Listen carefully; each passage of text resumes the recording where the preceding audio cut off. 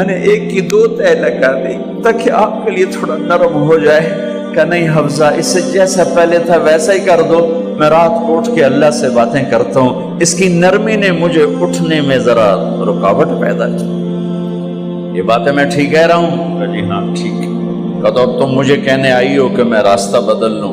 حفظہ، جنہوں نے تمہیں بھیجا ہے، عائشہ جنہوں نے تمہیں بھیجا ہے، انہیں بتاؤ 3 دوست تھے، 3 مسافر تھے، ایک ان کی ڈگر تھی، اس پر ایک چلا اور چلتے چلتے چلتے اپنی منزل پہ پہنچا اللہ کے محبوب. پھر دوسرا چلا اور اسی ڈگر پہ چلا اور چلتے چلتے اپنی منزل پر پہنچا ابو بکر صدیق.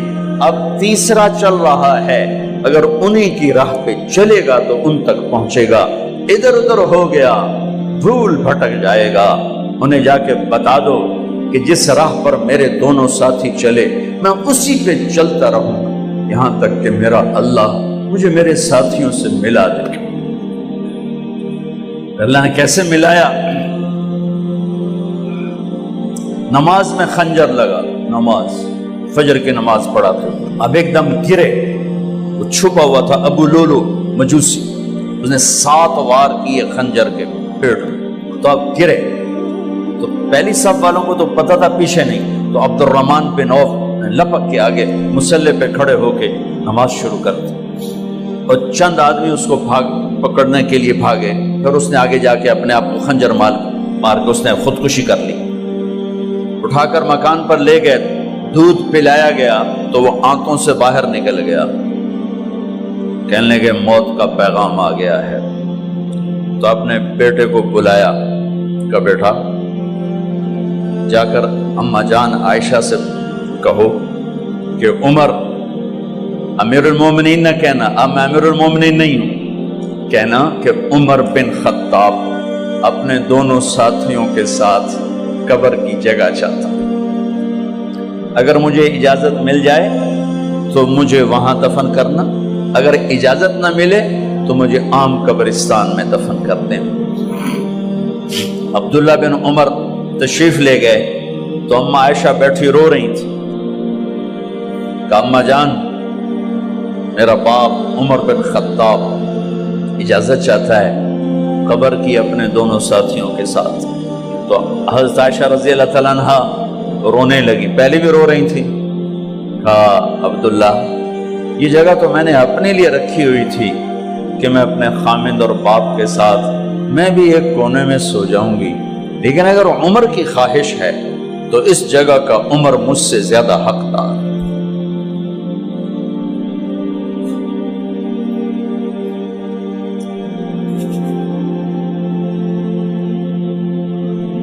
بیٹے نے آ کر کہا ابا جان مبارک ہو، اجازت ہو گئی. کہا بیٹا ہو گئی، لیکن جب میری میت اٹھاؤ تو دروازے پر جا کر رکھنا اور ایک دفعہ دوبارہ پوچھنا. ہو سکتا ہے میرے شرم میں اجازت دی ہو اور میرے مرنے کے بعد انکار فرما دیں، تو ایک دفعہ دوبارہ پوچھنا، اس وقت پہ اجازت ملے تو پھر لے جانا ورنہ واپس لے جانا. حضرت علی اور حضرت حسن تشریف لائے جس دن انتقال ہو رہا ہے. تو گھبراہٹ دیکھی تو علی نے فرمایا عمر موت سے ڈر گئے ہو؟ کہ نہیں موت سے نہیں ڈرا، موت کے بعد کیا ہوگا اس سے ڈر گیا. یہ کون کہہ رہا ہے؟ میرے بعد کوئی نبی ہوتا تو عمر ہوتا، یہ وہ کہہ رہا ہے. یہ کون کہہ رہا ہے؟ آپ نے کہا آج رات میں جنت میں گیا تھا، میں نے ایک بڑا خوبصورت محل دیکھا، سونے چاندی زمر یاقوت موتیوں کا. میں نے کہا یہ کس کا ہے؟ تو مجھے کہا گیا یہ آپ کے غلام عمر بن خطاب کا ہے. کون کہہ رہے ہیں؟ موت کے بعد جو ہوگا اس سے ڈر رہا ہوں. کہ آپ مسجد میں انٹر ہوئے، مسجد میں ایسے لوگ تھے، ادھر ابو بکر تھے اور ادھر عمر تھے. ہاتھ دیو. آپ نے یوں ہاتھ پکڑ لیے، دونوں کے ایسے ہاتھ پکڑ لیے، ادھر ابو بکر ادھر عمر. کہا مجھے دیکھ رہے ہو؟ کہا جی. کہا قیامت کے دن میں ایسے اٹھوں گا کہ میرے ادھر ابو بکر ہوگا اور ادھر میرے عمر ہوگا. یہ عمر کہہ رہے ہیں اور سے نہیں ڈرا ہوں، موت کے بعد کیا ہوگا اس پہ ڈر رہا ہوں۔ تو حضرت علی نے فرمایا کیوں ڈرتے ہو؟ میں گواہی دیتا ہوں، میں نے کئی دفعہ اللہ کے محبوب سے سنا کہ جنت کے بڑی عمر کے، ایک تو نا جنت کے نوجوانوں کے سردار، وہ تو حسن حسین ہیں، میں نے کتنی دفعہ سنا اللہ کے نبی سے کہ جنت میں بڑی عمر کے لوگوں کے سردار ہیں ابو بکر اور عمر۔ تو آپ نے کہا قیامت کے دن گواہی دو گے؟ آپ نے کہا، حضرت علی نے کہا میں بھی گواہی دوں گا، میرا بیٹا حسن بھی گواہی دے گا۔ وہ حضرات تشریف لے گئے تو موت کی آہٹ کو محسوس کیا تو بیٹے کی گود میں سر تھا عبداللہ بن عمر کا، بیٹا یہ زمین پہ لٹا۔ انہوں نے یہاں سے ہٹا کر یہاں سر رکھ دیا۔ وہ حق سنا نہیں کیا کہہ رہا ہوں، زمین پہ ڈال دے۔ ان کا جی نہیں چاہ رہا تھا، کیا کہہ رہا ہوں، زمین پہ ڈالو۔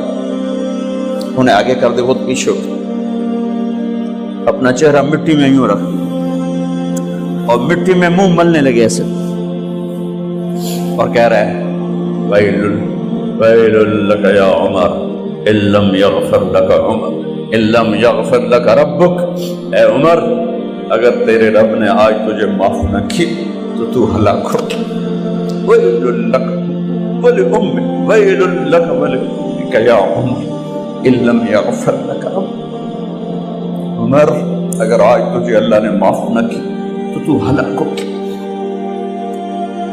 اتنے بڑے مقام والے 1,24,000 میں ایک آدمی ہے مراد، جسے مانگا گیا ایک آدمی، یا اللہ عمر دے دے میرے اسلام کی بلندی کے لیے۔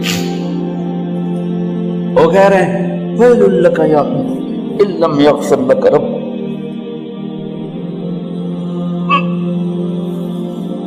اے عمر تو برباد ہو گیا اگر تیرے رب نے تجھے معاف نہ کی۔ یہ کہتے کہتے کہتے کہتے جان نکل گئی۔ صہیب رضی اللہ عنہ نے آپ نے وصیت فرمائی تھی میرا جنازہ صہیب پڑھائے، رومی جنازہ پڑھایا گیا، کندھوں پہ اٹھایا گیا، اور آ کر اماں جان عائشہ رضی اللہ عنہ کے دروازے پر عبداللہ بن عمر، باقی تو کوئی پتہ نہیں تھا کسی کو، گوے ٹھہر جاؤ جنازہ یہاں رکھ دو۔